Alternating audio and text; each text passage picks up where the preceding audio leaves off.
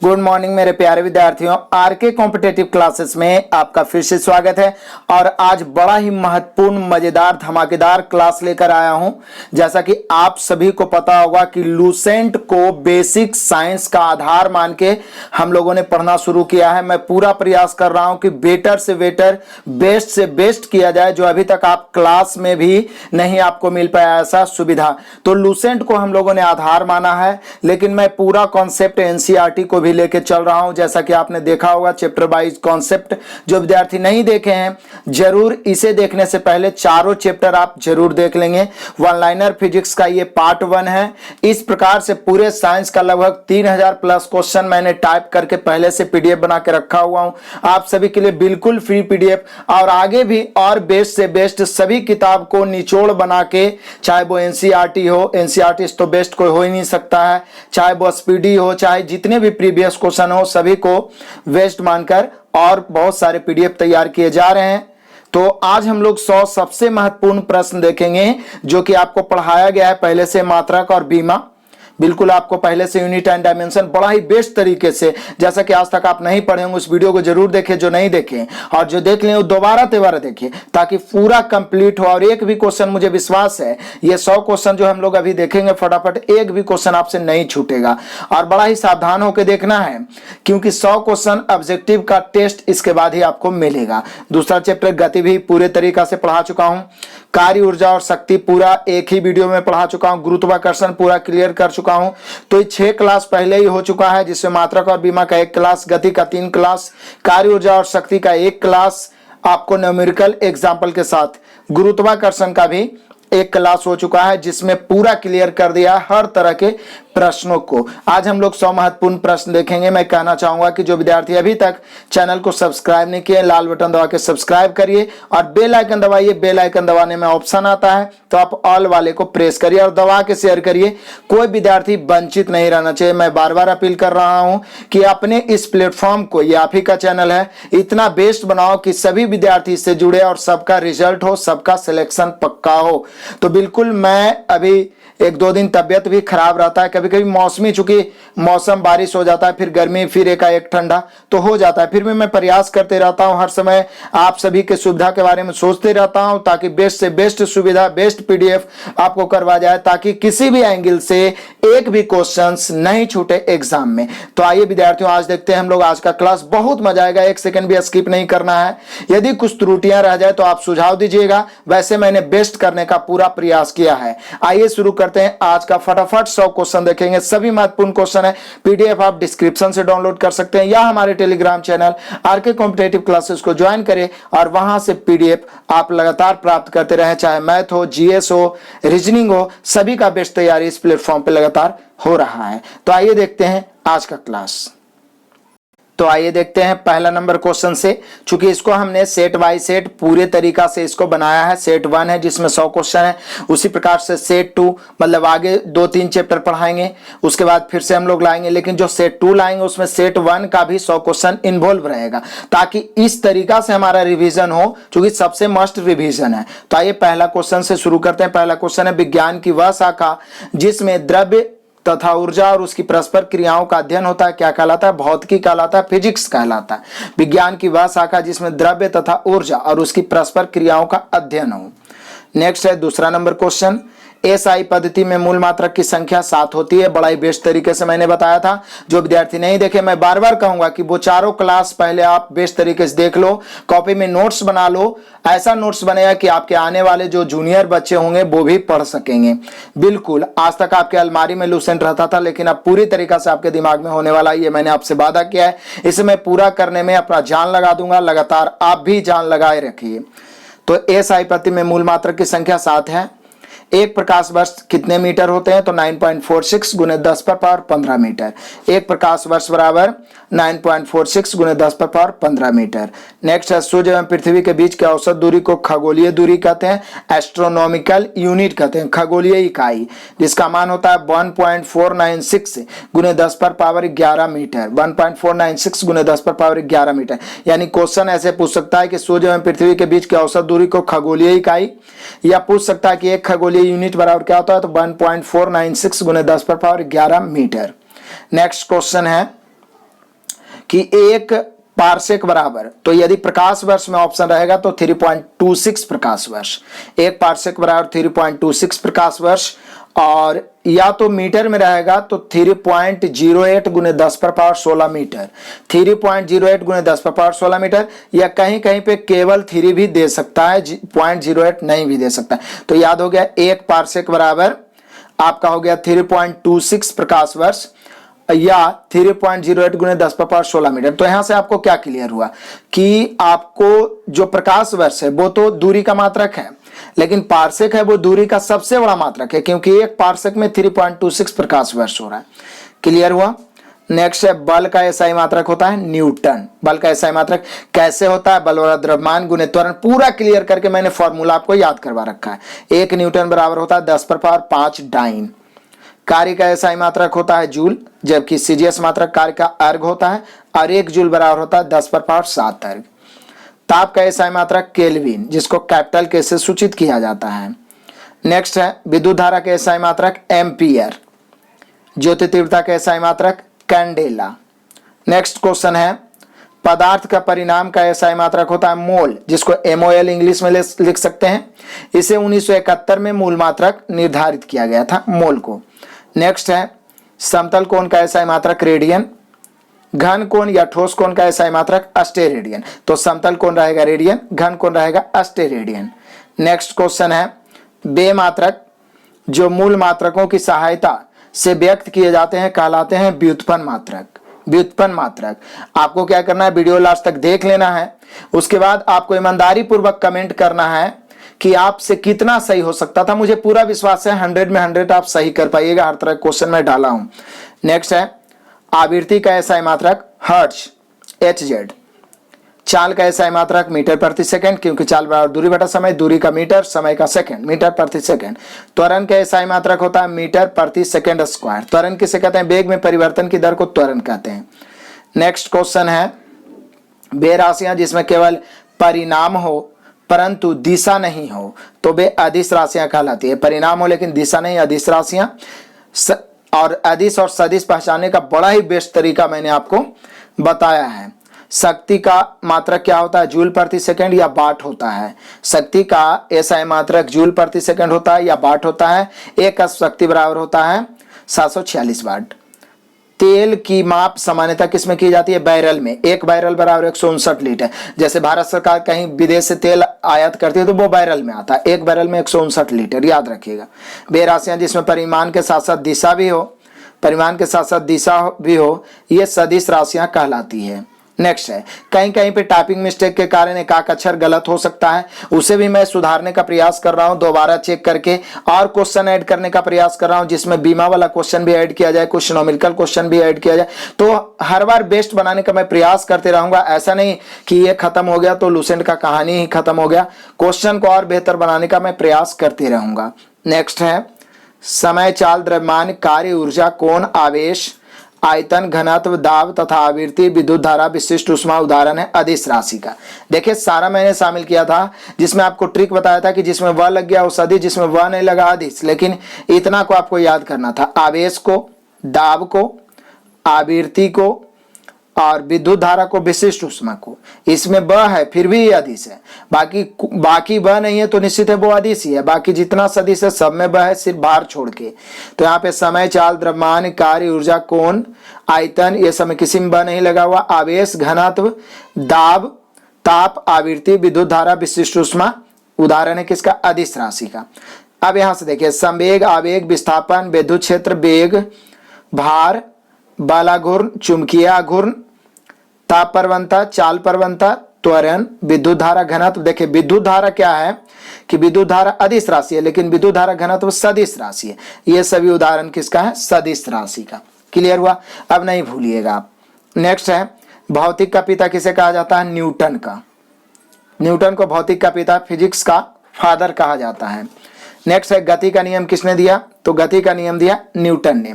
1687 में पुस्तक प्रिंसिपियम प्रकाशित किया था न्यूटन ने गति के नियम को। नेक्स्ट है न्यूटन के किस नियम के अनुसार कोई वस्तु अपनी विरामावस्था या एक सरल रेखा में एक समान चाल से तब तक गतिशील रहती है जब तक कोई बाह्य बल आकर अवस्था को परिवर्तित न करे। प्रथम नियम, न्यूटन का प्रथम नियम यही है कि कोई वस्तु गति में है तो वो गति में ही रहना चाहेगा, यदि विराम अवस्था में है तो विराम अवस्था में ही रहना चाहेगा, जब तक उस पर कोई बाह्य बल नहीं लगाया जाए। न्यूटन का प्रथम नियम। न्यूटन के प्रथम नियम को अन्य किस नाम से जानते हैं? गैलीलियो का नियम या जड़त्व का नियम। नेक्स्ट क्वेश्चन है, न्यूटन के किस नियम से बल की परिभाषा मिलती है? तो प्रथम नियम से। चलती हुई बस के अचानक रुकने पर उसमें बैठे यात्री आगे की ओर झुक जाती हैं, यह किसका है? तो प्रथम नियम या जड़त्व का नियम। और ये सब एग्जाम्पल बहुत बेहतर ढंग से मैंने आपको बेसिक क्लास में समझाया है। जब कोई पिंड नियत त्वरण के साथ गति करती है तो पिंड के वेग के विपरीत होती है के कारण एक समतल में वक्र पथ पर गति करता है, ये प्रक्षेप गति होता है। कहता जब कोई पिंड नियत त्वरण के साथ गति करती है तो पिंड के वेग के यदि जो गति होता है वो पिंड के वेग के विपरीत एक बल लगता है जो समतल वक्र पथ पर गति करता है, तो इस गति को क्या कहते हैं? तो इसे प्रक्षेप गति के नाम से जानते हैं। पूरा डिटेल में मैंने आपको समझाया। आगे आइए, प्रक्षेप गति प्रक्षेप पथ पर गति करता है जिसका आकार सदैव होता है परवलयाकार। जैसे हवाई जहाज से गिराया गया बम, तोप से छोटा गोला, धनुष से छूटा हुआ बाण, इस सभी का जो पथ होता है परवलयाकार होता है, ये प्रक्षेप पथ कहलाते हैं। नेक्स्ट है, किसी वस्तु के द्रव्यमान तथा वेग के गुणनफल को संवेग कहते हैं। संवेग को P से सूचित करते हैं। P बराबर mv, m हो गया मास यानी द्रव्यमान, v हो गया वेग। तो किसी वस्तु के द्रव्यमान तथा वेग के गुणनफल को संवेग कहते हैं। ऐसे भी क्वेश्चन पूछता है। संवेग का SI मात्रक kg मीटर प्रति सेकंड या न्यूटन सेकंड भी उसको बोल सकते हैं, kg मीटर प्रति सेकंड या न्यूटन सेकंड। नेक्स्ट क्वेश्चन है, गति के किस नियम के अनुसार?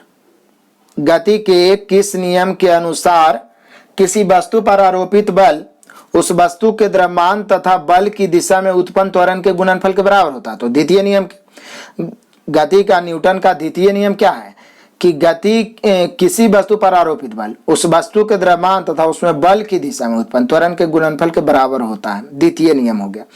और बल के द्वितीय नियम से ही प्राप्त होता है बल का सूत्र, बल का व्यंजक। द्वितीय नियम से बल का व्यंजक किस नियम से? द्वितीय नियम से F बराबर ma यानी फोर्स बराबर मास गुना एक्सीलरेशन यानी बल बराबर द्रव्यमान गुने त्वरण। बल का मात्रक होता है kg मीटर प्रति सेकंड स्क्वायर या उसी को कहते हैं न्यूटन। तो बल का SI मात्रक ये भी याद रखना है, kg मीटर प्रति सेकंड स्क्वायर या न्यूटन। बीमा भी लिखना आपको सिखाया। सभी तरह क्वेश्चंस आपको मिलेंगे। नेक्स्ट है, बल और समय अंतराल के गुणनफल को कहते हैं आवेग। आवेग, बल और समय अंतराल के गुणनफल को आवेग। आवेग का डेफिनेशन आपको क्या बताए थे कि जब कुछ समय के लिए भारी बल लगाया जाता है फिर कुछ समय के लिए भारी बल, तो ये जो समय अंतराल का गुणनफल और जो बल लगाया गया है, बल और समय अंतराल के गुणनफल को ही आवेग कहते हैं। क्लियर है? नेक्स्ट है, गति के किस नियम के अनुसार प्रत्येक क्रिया के बराबर और विपरीत प्रतिक्रिया होती है? तृतीय नियम के अनुसार। गति के किस नियम के अनुसार क्रिया के बराबर परंतु विपरीत प्रतिक्रिया होती है? तो तृतीय नियम के अनुसार। नेक्स्ट क्वेश्चन है, घोड़ा गाड़ी को खींचते समय अपनी पिछली टांगों से पृथ्वी पर पीछे की ओर दबाता है, यह न्यूटन के किस नियम? तृतीय नियम है। जितना ताकत से वो पृथ्वी को दबाता है वो आगे बढ़ता है, ये हुआ क्रिया के विपरीत प्रतिक्रिया।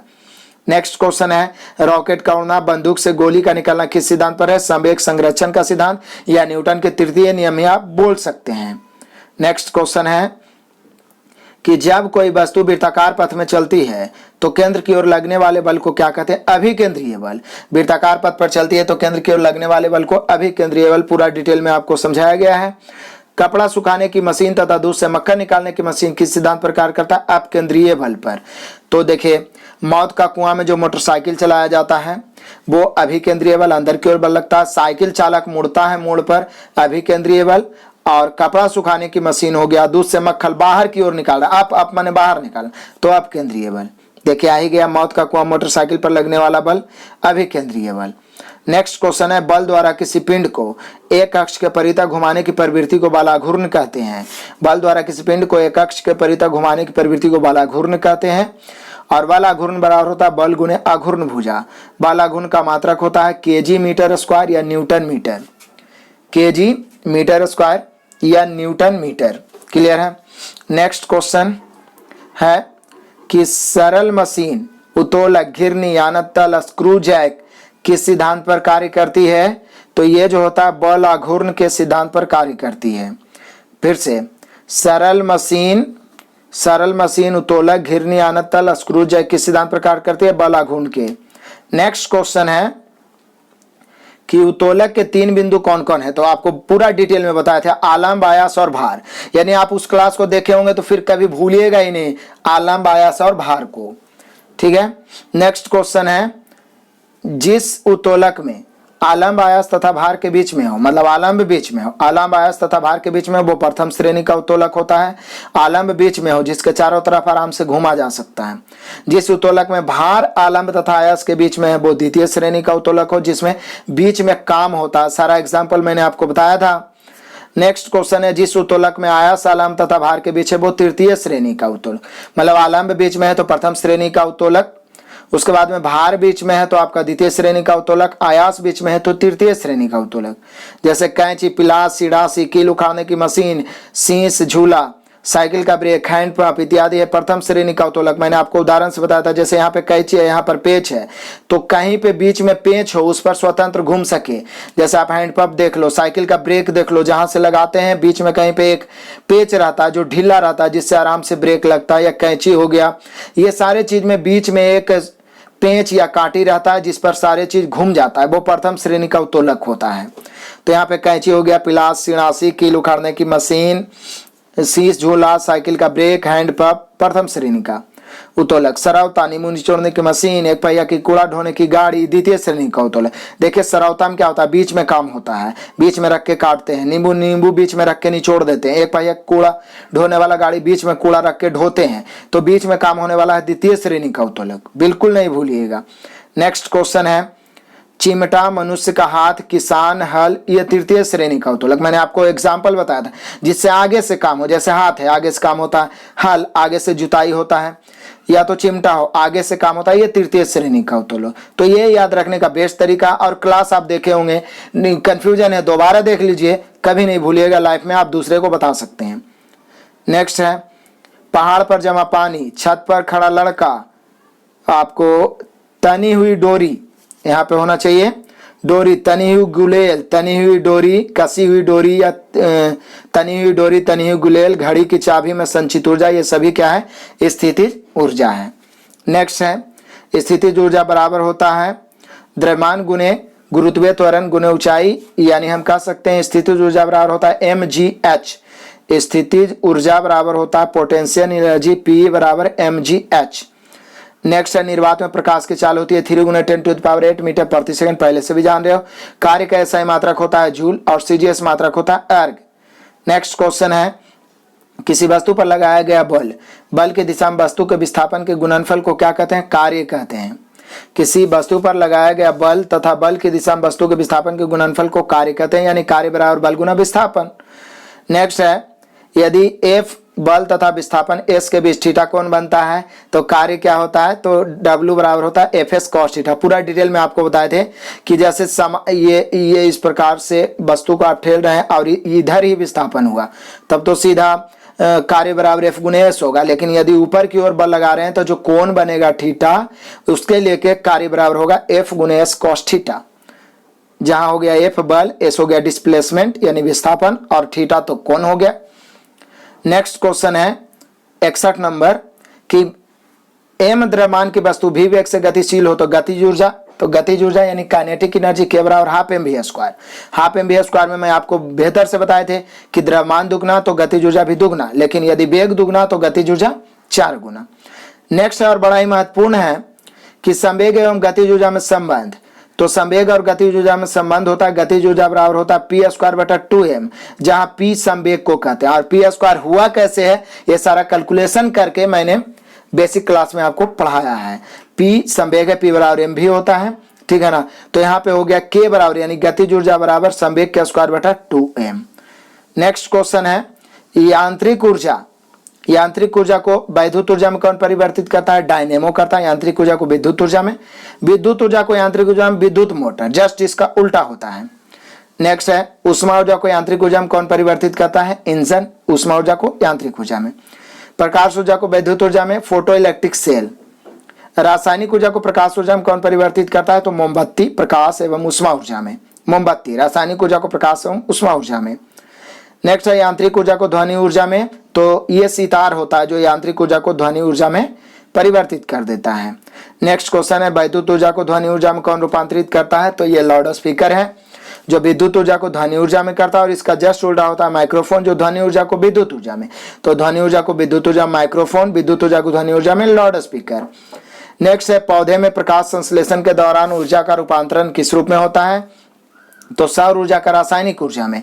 पौधे में जो प्रकाश संश्लेषण होता है जिससे हमें ऑक्सीजन प्राप्त होती है जिस प्रक्रिया के द्वारा, तो ये इसमें क्या होता है? तो सौर ऊर्जा का परिवर्तन हो जाता है रासायनिक ऊर्जा में। नेक्स्ट है, विद्युत ऊर्जा परिवर्तन ऊष्मा ऊर्जा में कौन करता है? विद्युत हीटर। विद्युत ऊर्जा को ऊष्मा ऊर्जा में विद्युत हीटर। नेक्स्ट क्वेश्चन है कि सूर्य के केंद्रीय भाग यानी क्रोड का ताप कितना होता है? यहाँ ताप लिखना चाहिए। ताप कितना होता है? 1.5 गुना 10⁷ केल्विन। कहीं कहीं पे टाइपिंग मिस्टेक हुआ है जिसे आप सुधारते चलेंगे। वैसे नेक्स्ट जो आपको पीडीएफ मिलेगा पूरा डिटेल में मिलेगा, सुधार के मिलेगा, और बहुत सारे न्यूमेरिकल क्वेश्चन और डायमेंशन वाला क्वेश्चन जोड़ के मिलेगा। ठीक है, तब तक हम लोग तैयारी इतना बेस्ट रखें कि उस क्वेश्चन को भी और बेटर ढंग से एक्सेप्ट कर पाए। और आपको कमेंट भी करना है कि ये कैसा लग रहा है, इस प्रकार के लगातार जो मैं आपके लिए मेहनत कर रहा हूं। तो यहाँ पे फिर से आ जाइए, सूर्य के केंद्रीय भाग यानी क्रोड का ताप है 1.5 गुना 10⁷ केल्विन।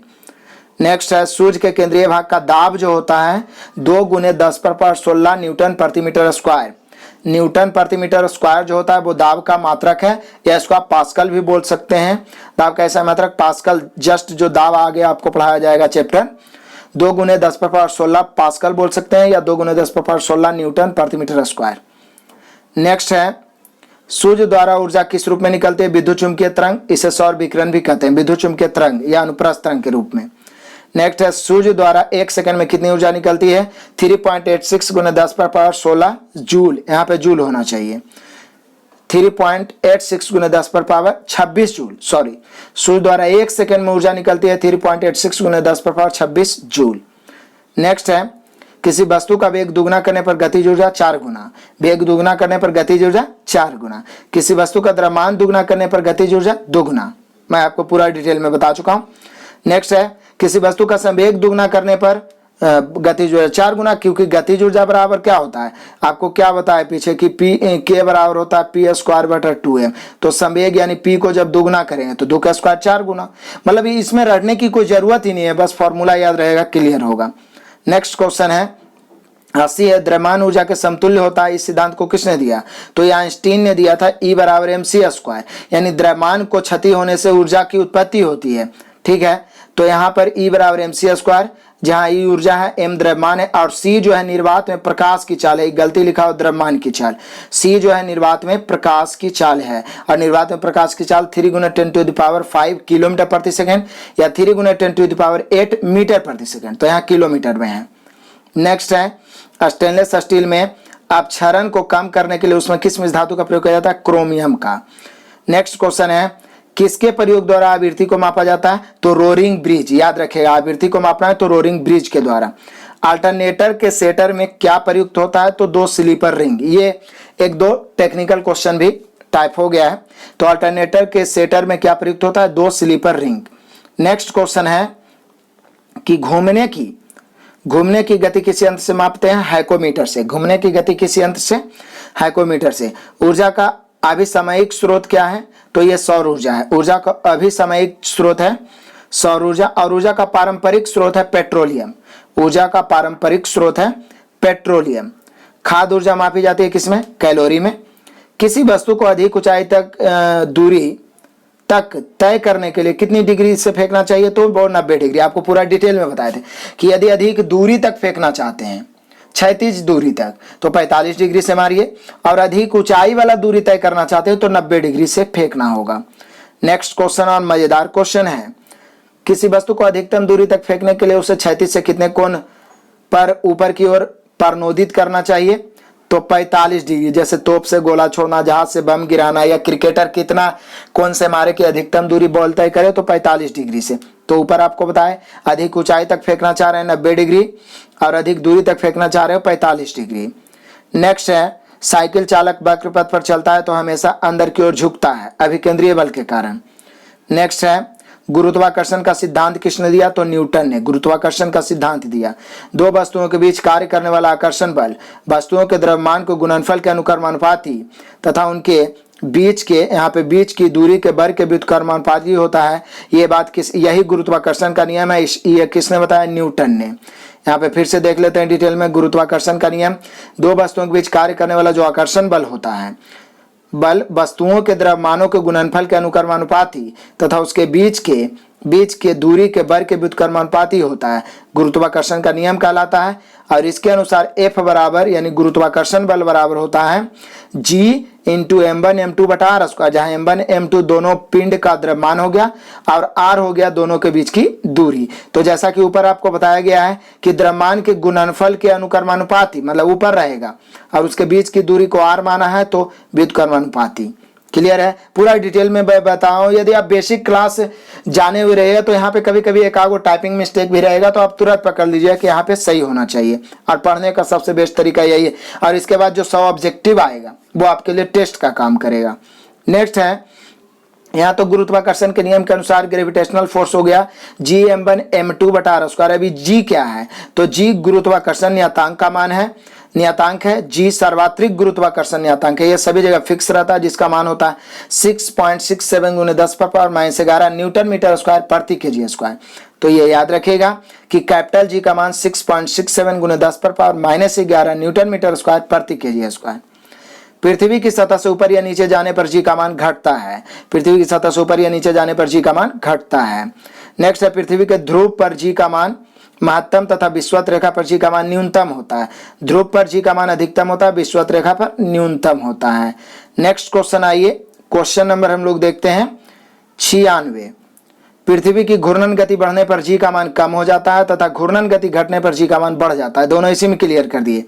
घूर्णन गति बढ़ेगा तो G का मान कम होगा और घूर्णन गति घटेगा तो G का मान बढ़ जाएगा। नेक्स्ट है यदि पृथ्वी अपनी वर्तमान कोणीय चाल से 17 गुनी अधिक तेजी से चले तो भूमध्य रेखा पर रखी वस्तु का भार शून्य हो जाएगा, जबकि ध्रुव पर अपरिवर्तित रहेगा। जितना तेजी से चल रहा है उससे 17 गुनी अधिक तेजी से चलने लगे तो भूमध्य रेखा पर जो विषुवत रेखा पर रखा हुआ है उसका भार शून्य हो जाएगा, ध्रुव पर अपरिवर्तित रहेगा। पृथ्वी अपनी अक्ष के परितः घूमना बंद कर दे तो G का मान बढ़ जाएगा सभी जगह, ध्रुवों को छोड़कर ध्रुव पर कोई परिवर्तन नहीं होगा। नेक्स्ट क्वेश्चन है कि जब लिफ्ट एक समान वेग से ऊपर या नीचे गति करती है तो लिफ्ट में स्थित पिंड का भार क्या होता है? अपरिवर्तित रहता है। यदि त्वरण के साथ ऊपर जा रहा है तो बढ़ा हुआ प्रतीत होगा, नीचे आ रहा है तो घटा हुआ, लेकिन एक समान वेग से तो अपरिवर्तित। यदि लिफ्ट के नीचे उतरते समय लिफ्ट का त्वरण गुरुत्वीय त्वरण से अधिक हो तो लिफ्ट में स्थित पिंड की स्थिति क्या होगा? फर्श से उठकर छत से टकरा जाएगा। मतलब गुरुत्वीय त्वरण से अधिक यदि लिफ्ट का त्वरण हो तो निश्चित रूप से जो पिंड रहेगा, जो व्यक्ति रहेगा नीचे, वो वहां से उठ के फर्श से उठ के छत से लिफ्ट के टकरा जाएगा। तो हम लोगों ने देखा मेरे प्यारे विद्यार्थियों 100 महत्वपूर्ण क्वेश्चन। ये कैसा लगा वीडियो ये हमें आप कमेंट करके बताइए ताकि 100 ऑब्जेक्टिव क्वेश्चन मैं लाऊं।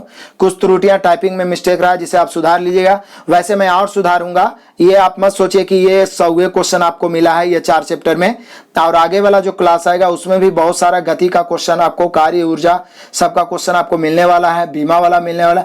सभी वेटर मैं बनाने का प्रयास कर रहा हूँ, खुद से टाइपिंग करके शुद्ध करने का पूरा प्रयास कर रहा हूँ ताकि आपका कहीं से त्रुटि न रहे। 100% आपको फुल PDF फ्री में प्राप्त हो। बस आपको क्या करना है कि लगातार अपना चैनल समझ के शेयर करना है, सभी विद्यार्थी तक पहुंच चाहिए, यही मैं बार बार अपील करूंगा। वीडियो अंत तक देखने के लिए बहुत बहुत धन्यवाद। Best of luck, God bless you.